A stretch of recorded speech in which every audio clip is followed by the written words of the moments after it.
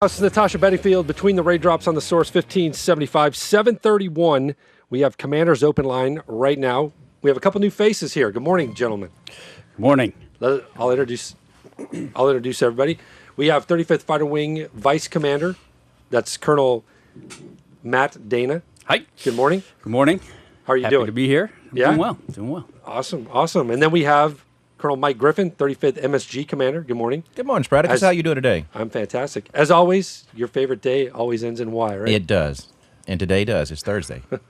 And then we have Chief Master Sergeant Dan Whitcomb, who is the 373rd Superintendent, filling in for Command Chief. Yeah, good morning. Good morning. All right. Welcome to Commander's Open Line. What do you want to go over first? You guys want to go over like the exercise how the exercise went? Or do you guys have something else? I'm happy to start with the exercise, mainly because I was really happy with the way the exercise went. And I understand we backed off a little bit, especially on the Phase 1. But by and large, really happy with the way the flying, the Phase 2 went really well. Really happy with the command and control. And the limited part that we did play in the Phase 1 really went well as well. So overall, we'll push it up on the next one when we finalize those dates. But this exercise was really, really impressed with the people and how it went. Excellent. And then... Come on, Spartacus. No pauses right there. You get us nervous when you pause here. I know, right? We got to think, but the exercise was very well. I'll tell you also, and as Colonel Dana mentioned, it was kind of a opportunity to build up upon. So it wasn't the hardest exercise during the Phase 1, but during the Phase 1 portion, we did use our NEO, our non-combatant evacuation order folders to go over a review of our family. So it was a good opportunity to go over some of the folders, making sure, if something like an earthquake or something was to occur, our folders are prepared to go for our family. So we added that to this exercise, which I don't think we've done in a good while. So that was a good opportunity to do that piece too. All right. If you guys have any questions, comments, concerns, Wing Leadership is here. You can give us a call, 226-1575 or 226-3621. You can also go to Facebook, post a question up there, and the gentleman will be more than happy to address the comments, concerns, and issues that are going on in your community. I'm having a tough time this morning. I know the word gentleman scared me a little bit. So. I don't. Somebody else in here that we don't know I about? know. I was going to look behind me, but I think Johnny Cash is somewhere around here. So I don't think I got enough sleep. I think I've stayed up too late playing video games. All right. Air Force Assistance Fund. This is something that goes around every year. So what does the Air Force Assistance Fund do? Who does it help? Who does it affect?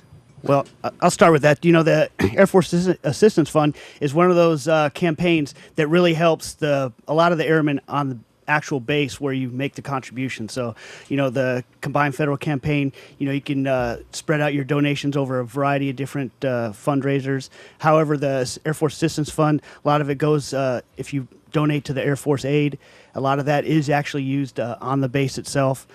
So it's a good program for people to donate to help out their fellow airmen and families here in the local community. So everything stays local, everything that's collected here? Not everything. They also have the enlisted village, the enlisted widows village, and I think the LeMay Foundation as well. So there are some national level, it goes nationally as well, but a lot of the money is used locally.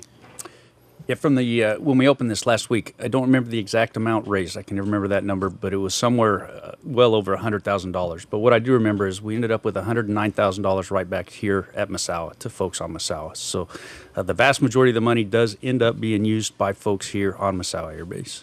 Excellent. I think we raised, if I remember during your speech, I think it was about $128,000, and $109,000 that came right back here to Misawa, which is pretty impressive. I mean, you're getting very good money for it. And you're right, it's helping the airmen here. It's helping them when their car breaks down or when they need that emergency ticket for a family member back in the States. There's a lot of things that it helps, along with our widows of our officers and widows of our enlisted forces out there and the LeMay Foundation. So it's a good opportunity to get back to the Air Force. I think the Navy has a similar one. I'm not sure when it's season with the NMCRS. I think it's going on right now, maybe.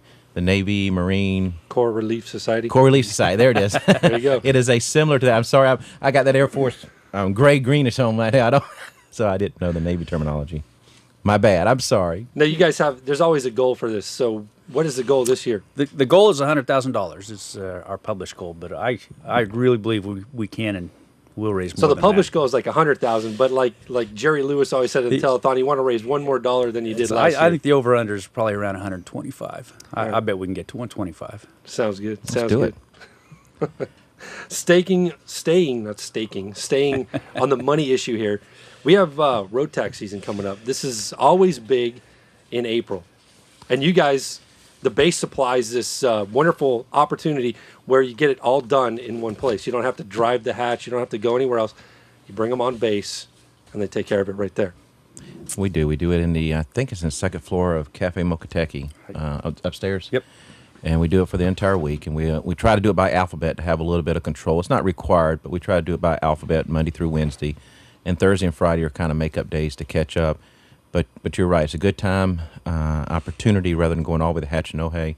You bring your taxes over there. You bring your friends' taxes over there. You know, it's not just yourself. Whatever you need to do, as long as you got yen and as long as you got the 4 or 5 required documents, they will take your money and give you the new decal. And I think the decal has to be on by 1 June. I think 1 June is the magical date the decal has to be posted by.